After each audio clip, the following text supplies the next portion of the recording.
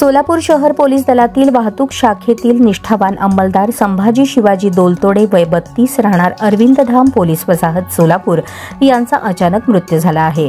रविवारी 12 ऑक्टोबर रोजी पहाटे झोपेत असताना बेडवरून पडल्यामुळे त्यांच्या डोक्यामागील बाजूस गंभीर दुखापत झाली। या दुखापतीमुळे त्यांना उलटी झाली आणि काही वेळातच त्यांचा मृत्यू झाला। या घटनेने संपूर्ण पोलीस दलात शोककळा पसरली असून 2 लहान मुलांनी पितृछत्र गमावले आहे। घटना पहाटे 5च्या सुमारास घडली। संभाजी दोलतोडे हे त्यांच्या घरी झोपलेले असताना झोपेतच तोल गेल्याने ते बेडवरून खाली पडले आणि त्यांच्या डोक्याला जबर मार लागला। कुटुंबियांनी तातडीने त्यांना सोलापूर येथील अश्विनी हॉस्पिटलमध्ये 5:30 वाजता दाखल केले, मात्र डॉक्टरांनी त्यांना मृत घोषित केले। फौजदार चावडी पोलीस ठाण्यात अकस्मात मृत्यूची नोंद झाली। तसेच पोस्टमॉर्टममध्ये बेडवरून पडल्यामुळे झालेल्या दुखापतीमुळे मृत्यू झाल्याची पुष्टी झाली।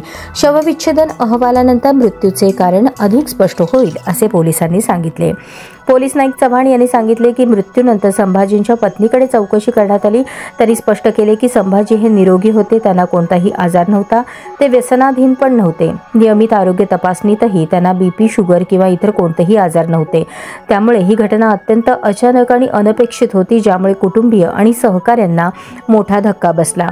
संभाजी शिवाजी दोलतोडे हे मूळचे उपळाई खुर्द तालुका माढा जिल्हा सोलापूर येथील रहिवासी। ते सोलापूर शहर वाहतूक शाखेत अंमलदार म्हणून कार्यरत होते। वाहतूक नियंत्रण आणि कायद्याच्या अंमलबजावणीत त्यांचे योगदान उल्लेखनीय होते। ते कुटुंबासाठी एक आधारस्तंभ होते। खेळकूदमध्येही संभाजी प्रावीण्य मिळवणारे होते। गोळाफेक आणि थाळीफेक या खेळात त्यांनी अनेक स्पर्धात यश मिळवले।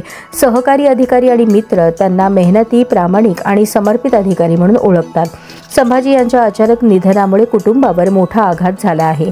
त्यांच्या पत्नीशिवाय त्यांना 2 मुले आहेत, 1.5 वर्षांची मुलगी आणि 6 वर्षांचा मुलगा।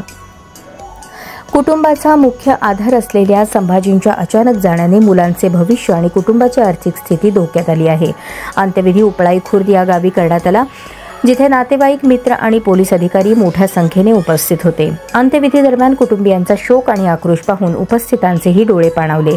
पोलीस आयुक्तालयाने शोकसंदेश जारी करून कुटुंबाला आवश्यक मदत करण्याचे आश्वासन दिले।